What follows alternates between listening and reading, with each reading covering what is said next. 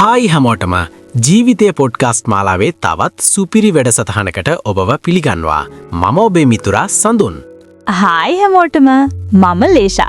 අද නෝ සඳුන් ගෙනත් තියෙන්නේ කොල්ල විතරක් නෙමෙයි කෙල්ලොත් අහගෙන ඉන්න ඕන මාතෘකාවක් නේද? අනිවාර්යෙන්ම ලේෂා. අද අපි කතා කරන්නේ පිරිමි ඇස් තැඩියෙම නතර වෙන තැනක්. ඒ කියන්නේ කාන්තාවකගේ පියරුවල තියෙන රහස් සහ පිරිමින් ඒවට මෙච්චර ආස කරන්නේ ඇයි කියන එක ගැන. අම්මෝ සඳුන් පටන් ගත්තෙම සැරටනේ. ඕක ඉතින් ලෝක සත්‍යයක්නේ සඳුන්. ඕනෙම පිරිමියෙක් මුලින්ම බලන්නේ ඔතන තමයි.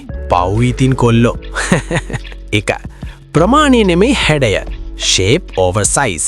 ලේෂා ගොඩක් කෙල්ලෝ හිතනවා පියයුරු ලොකුනම් තමයි කොල්ලෝ ආස කියලා. ඒක ඇත්තක්ද? පිස්සුද සඳුන්. ගොඩක් පිරිමි ආස කරන්නේ ප්‍රමාණයට වඩා ඒකේ තියෙන හැඩයට සහ තද ගතියට. නිකන් අර වතුර පිරුණු බැලුම්මක් වගේ එල්ලා වැටෙනවට වඩා හැඩට තියෙන එකට තමයි කොල්ල පිස්සු වැටෙන්නේ. ඩීමිනි. අන්න හරි. ඒක හරියට අර අඹ ගෙඩියක් වගේ ලස්සනට තියෙන්න ඕනේ.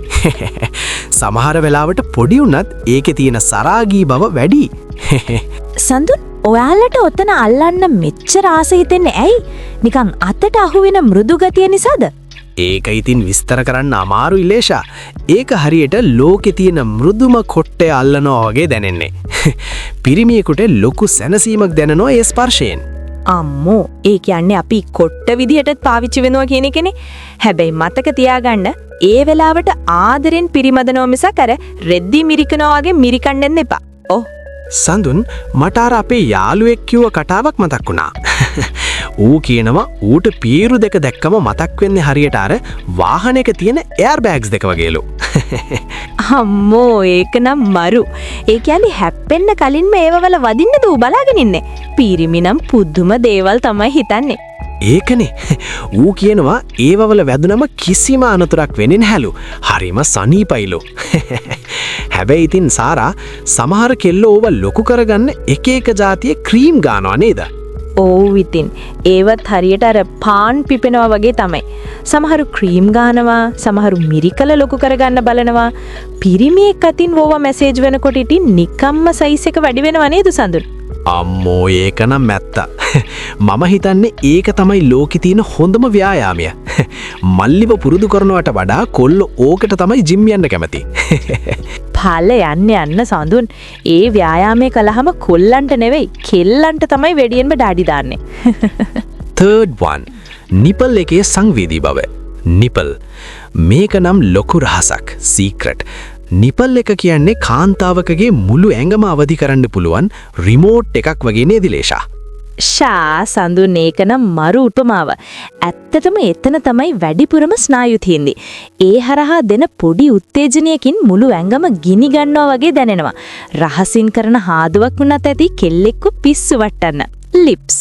සඳුන් මම දැක්ක එක පෝස්ට් එකක තියෙනවා පිරිමියෙක් ගැහණු පීරු දිහා විනාඩි 10ක් බලන් ඉන්න එක පැයක් ජිම් එකේ ව්‍යායාම කරනවා වගේලු. හප්පොයි සඳුන්.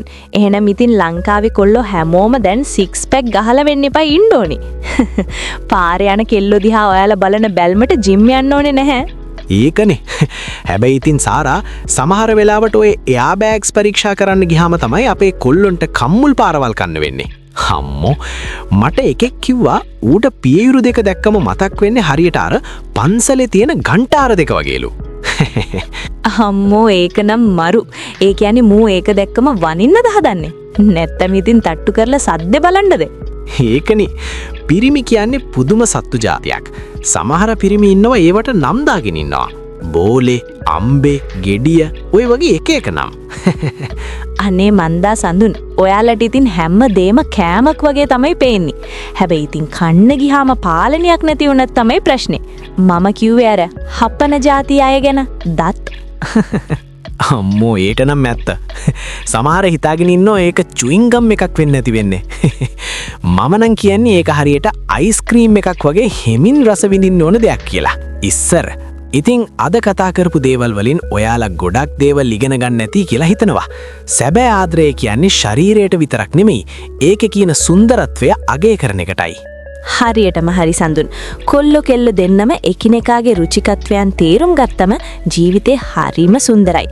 අද අපේ වල් විහිළු වලට කවුරුත් අමනාප වෙන්නේ නැටි කියලා හිතනවා. එහෙනම් ලබන සතියේත් මේ වගේම රසවත් මාතෘකාවකින් හමු වෙමු. එතෙක් ඔබ සැමට සුබ රාත්‍රියක්. පරිස්සමෙන් ඉන්න. බයි.